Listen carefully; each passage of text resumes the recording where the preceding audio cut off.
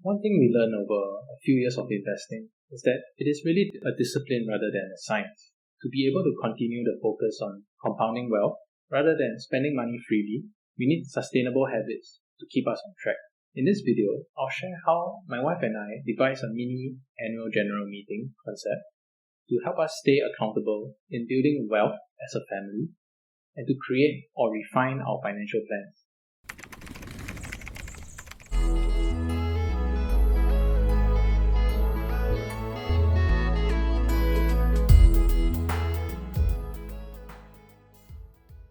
Before we jump into the details, do note that I am not a licensed financial advisor, and none of this is financial advice. We're simply presenting our research and opinions for fun and educational purposes. The agenda for our mini AGM is threefold: accountability, strategy, and budgeting. I know, this sounds like corporate buzzwords that I stole from some MNC, but trust me, the process can be very simple and provide a good basis for financial discipline. After all, if you want your family to be wealthy, you either have to be born into wealth or practice fiscal discipline like a company. Agenda number 1 is accountability.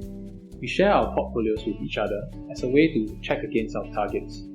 For example, we use it as a basis to briefly explain to each other why some stocks outperform our expectations and why other stocks underperform.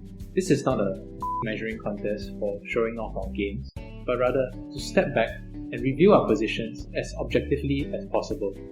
For those that are in the red or underperforming the market in general, we use the numbers as a way to re-evaluate our investment thesis, asking questions such as, has the fundamentals of this business changed? Or are there existential threats on the horizon?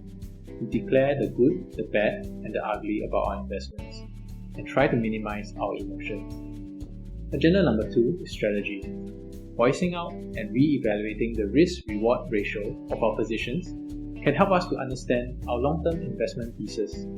Since we do not day trade, starting any position in the stock market always requires a mid to long-term analysis of a company. Once you include more stocks into the portfolio, you will need a strategy for deciding how to allocate or reallocate your funds across different sectors or different companies. For example, one strategy we might share with each other would be something like, I would lower my exposure to A company because of B reason, and dollar cost average into C company because of D reason. We explain our overall investment strategies for next year and voice out the uncertainties and backup plans if any. Agenda number 3 is budgeting. This is super important because for most of us who earn a fixed salary, how much we spend will determine the money we can put to work through investments. So we look through our bills and check our spending on necessities, whether it has been consistent over the year. We identify big ticket items such as buying new furniture, appliances, luxury items, or holidays, and question if we felt like we spent a fair amount overall. This is highly subjective, of course, but we find it valuable to keep up to date with our own spending habits.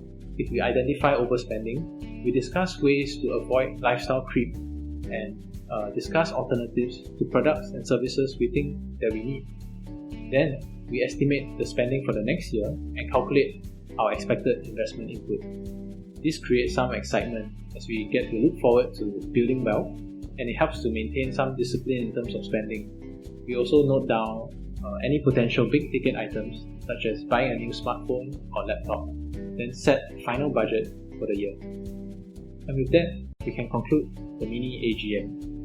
If done correctly, we should now have an idea on how we will build wealth and how we will manage our expenses for the coming year. Not bad for an hour or so's work, right? Even though we just started this practice this year, I can say with confidence that it will benefit us in the long term. Personally, I think that even if you don't hold a mini AGM in this manner, the budgeting concept is something that everyone should be doing. Seriously, the amount you might be spending on unnecessary things will shock you. Having to think about the loss in potential wealth because I wanted to buy something that would be enjoyable only for a moment has helped me to be smarter about my purchases. For example, I consider how much improvement in lifestyle something really gives and how transient is the enjoyment. Because every purchase is benchmarked against wealth building, directly affecting when I can be financially independent from a day job. Of course, we should not be too extreme in being frugal. We indulge ourselves once in a while to ensure that our habits are sustainable. More on this in a future video. Now, we'd love to hear your thoughts. What are some habits that you have found helpful to manage your finances? Leave us a comment down below. If you are interested to hear more from us, subscribe to our channel to get notified every time we release a new video. Gently tap the thumbs up button for the almighty YouTube algorithm. And if you find this helpful, share this with your friends and family. We will see you in the next video.